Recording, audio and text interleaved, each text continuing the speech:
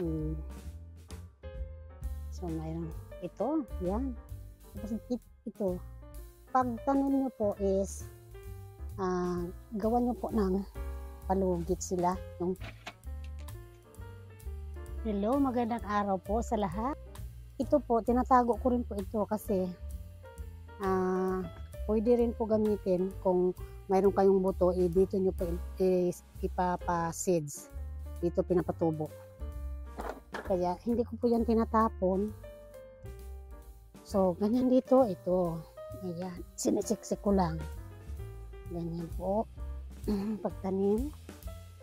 Dito naman ang isa. Ayan, so nakita nyo po mayroon silang distance. Distance po ang pagtanim para kailangan lalim-lalim. Ayan.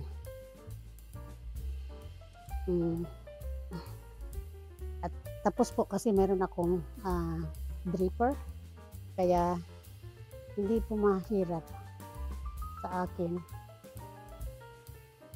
Dito naman ang isa. Ayan.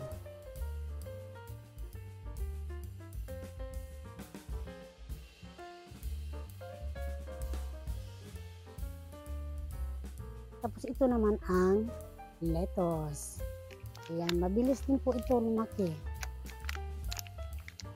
Romaine lettuce po ito. Crunchy siya, masarap. Kapag malaki na. So dito ipagsisingit-singit ko lang po siya. Dito. Ayan, dito oh. Ito parang dalawa no? Ayan, parang dalawa. So, hahatiin natin. Ang lettuce kasi madali lang siya. Mga ilang mga ilang linggo lang. Pwede na siyang harvestin. I guess 2 months. Unlike for this one, the broccoli, it takes 3 months to 4 months bago ka maka-harvest nito. Ang lettuce madali lang. Pagka ma-harvest mo na siya mga 4 weeks lang or 6 weeks, mayroon ka ng Kaya sinisingit ko lang siya kasi madali lang siyang harvestin. Ayan. Madali lang siyang mapakinabangan kung baga. Ayan, at least hindi ka nabibili ng lettuce. Diba? Ito parang dalawa din. O ayan, hahatiin ko na. 2 seeds, Ayan, 2 seeds. Diba? So, nakatipid ka. Dito ko siya isisingit. Isisingit natin dyan.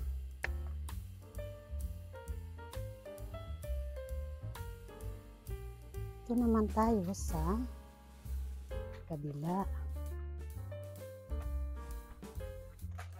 Ito po yung mga alugbate. Pero okay na rin yun.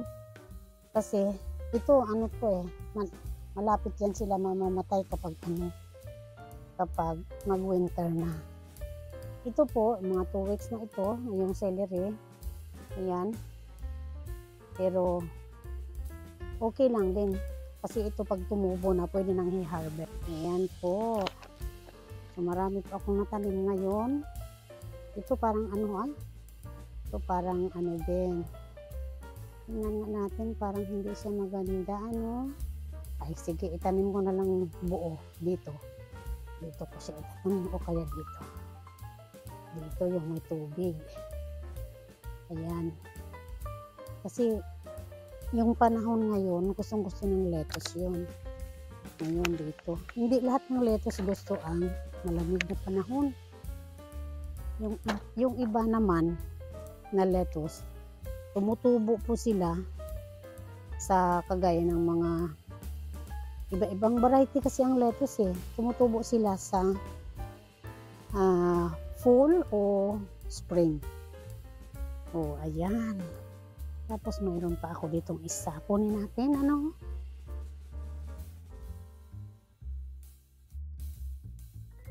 Ayan, ganyan lang po ang mga kalingawan ko dito. No, parang ito dalawa na naman. Ito dalawa. Ayan, tingnan mo. So, minsan nakakatipid ka dito. Tatanim ko lang dito sa gilid. Ayan. Diba? So, ganyan lang po. Dito naman ang kabila. Mayroon pa po ako kasi ang doon sa kabila, siguro tatanim ko ito doon sa kabila din isa. Mayroon din siyang, ilang puno ba to? Parang 3 puno ito Siguro dadalhin ko doon sa kabila. Kasi mayroon pa akong isang tray na broccoli. Broccoli. So ito patuloy natin dito. Ayan. Yan, natanim na ang isa. Tapos dito naman ang isa.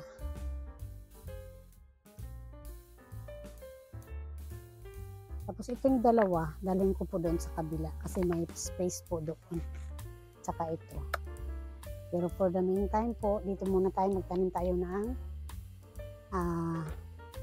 lalagyan ko po ng dito, bok choy at saka carrots. Dito po. Ayan. Diyan po ako lalagay ng carrots at saka bok choy. Ayan, isisinit ko lang po siya dito sa mga tanim na ito para pag tumubo po, malalaki na. Pag lumaki, tutubo po yan. Ayan. Madami-dami din po ito.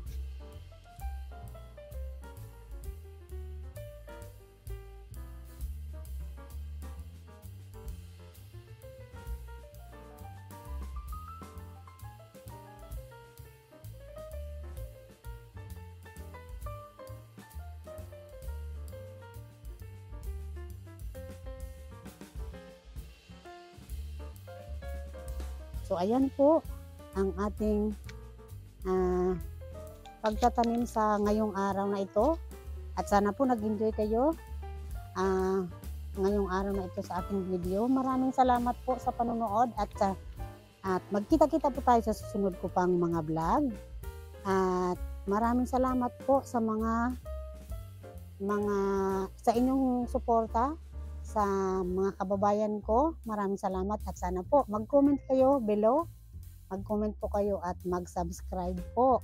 Like, share, and subscribe to my channel. Thank you so much. Ayan po mga kababayan. Maraming salamat po sa panonood. I love you all. Babu!